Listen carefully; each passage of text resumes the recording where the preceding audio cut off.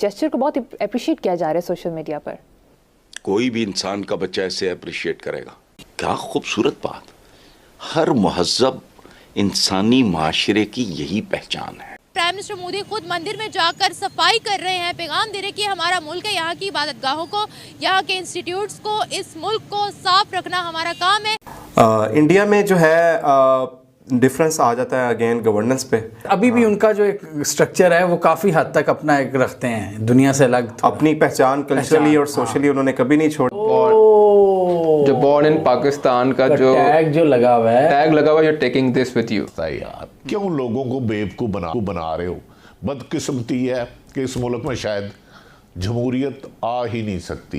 India नाम आते ही change हो जाती है। इंडिया नाम आते ही गेम चेंज हो जाती है। ब्रांड अगर कोई मोदी को ब्रांड बोल देता है, हमारे भारत के प्रधानमंत्री को कोई ब्रांड बोल देता है, हमारे पास दिखाने को कुछ नहीं है, कुछ भी नहीं है। Nothing to offer. तो जय हिंद, नमस्कार दोस्तों। तो दोस्तों अभी नरेंद्र मोदी जी का दोस्तों अभी एक वीडियो बहुत ज्यादा वायरल जा रहा है, जो कि दोस्तों उसके अंदर वो झाड़ू और पोछा लेके दोस्तों मंदिर के परिसर को साफ कर रहे हैं।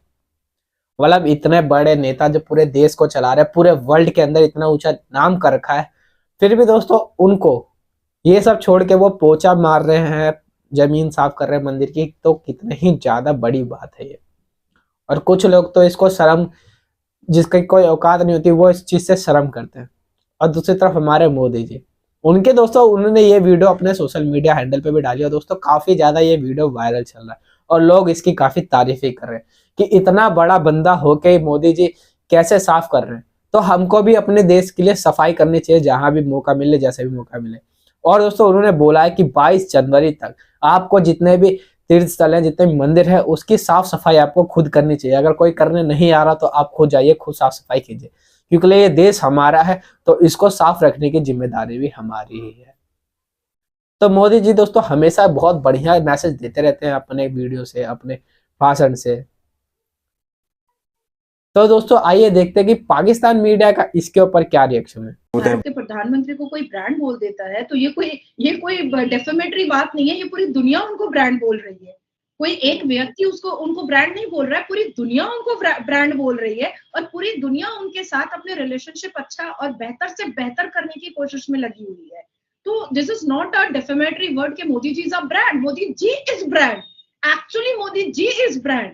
और फ्राइडे के दिन, जिस हिसाब से कल के ही दिन में नवी मुंबई महाराष्ट्र में इस कंट्री का सबसे बड़ा ब्रिज बना है, जिसकी 12,700 करोड़ लागत पड़ी है और उसका नाम अटल सेतु जी रखा गया है। तो मुझे बहुत खुशी हुई है, क्योंकि अटल बिहारी वाजपेयी जी एक साहित्यकार थे, एक पोएट थे और साथ और एक बहुत बड़े फ्रीडम फाइटर थे और साथ हमारे देश के पूर्व प्रधानमंत्री भी थे।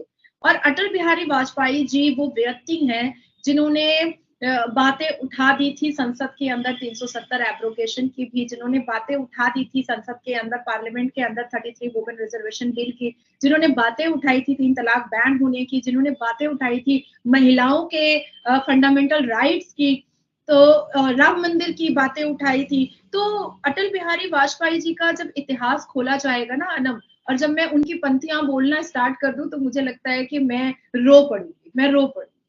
और Atal Bihari Vajpayee ji was a very polite person, very decent and very intelligent person.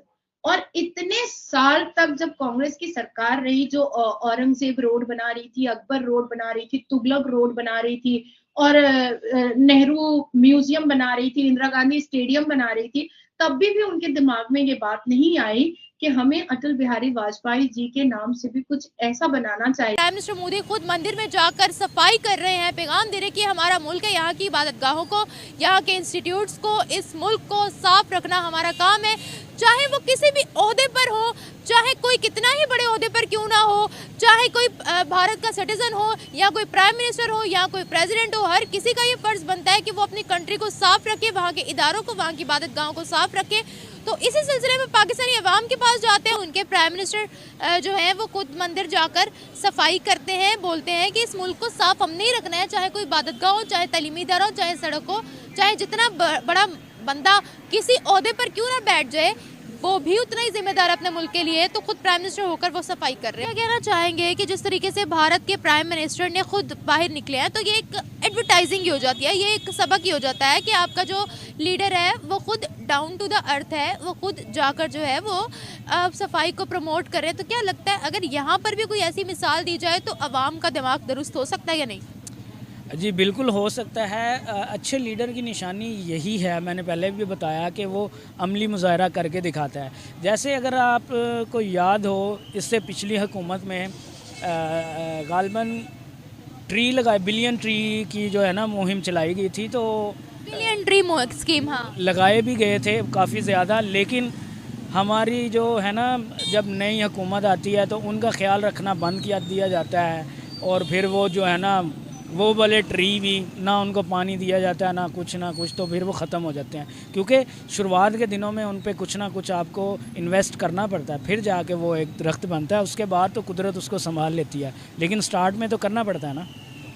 अच्छा, वो मंदिर में जाकर उन्होंने जो है वो सफाई की है खुद जाकर। अगर हम यहाँ पर अपनी इबादत गाहों की बात करते हैं या इंस्टीट्यूशंस की बात करते हैं, तालीमी इदारों की चले बात कर लें, तो क्या उनको साफ करने में हम अपना किरदार अदा करते हैं? क्या कभी आपने देखा कि किसी टीचर ने खुद किसी सफाई की हो या किसी स्टूडेंट ने सफाई की हो? क्या आप हालत देखते हैं? नहीं, ऐसा बिल्कुल नहीं है। असल में यहाँ पे ये आ जाता है कि लोग जो इस किस्म के काम को करना अपनी तौहीन समझते हैं, ठीक है। और ये भी जो है ना उस्ताद को सिखाना चाहिए, टीचर्स को, क्योंकि वो ख़ुद भी ऐसे ही करते हैं और फिर जो आपके स्टूडेंट्स होते हैं वो भी यही करते हैं। असल में हमारा बहुत ही एक अजीब सा सिस्टम है कि हम लोग जो कूड़ा उठाने वाले होते हैं, सफाई करने वाले होते हैं, चूड़ा बोलते हैं, कूड़ा उठाने वाले उनको कहते हैं, लेकिन हालांकि वो तो सफाई कर रहे हैं। गलत अल्फाज जो वो इस्तेमाल होते हैं। हालांकि वो तो सफाई करने वाले, वो तो सफाई वाले हुए ना, कूड़ा उठाने वाले तो नहीं ना हुए। तो ये जब माइंडसेट चेंज होगा तभी हम लोग तरक्की कर सकते हैं, आगे बढ़ सकते हैं। इंडिया में जो है डिफरेंस आ जाता है अगेन गवर्नेंस पे। गवर्नेंस जो है तो there is a lot of positive feedback, because India के भी कुछ अपने वो है ना सेट ऑफ रूल्स हैं जो थोड़े से वो भी वो अलग हैं दुनिया से।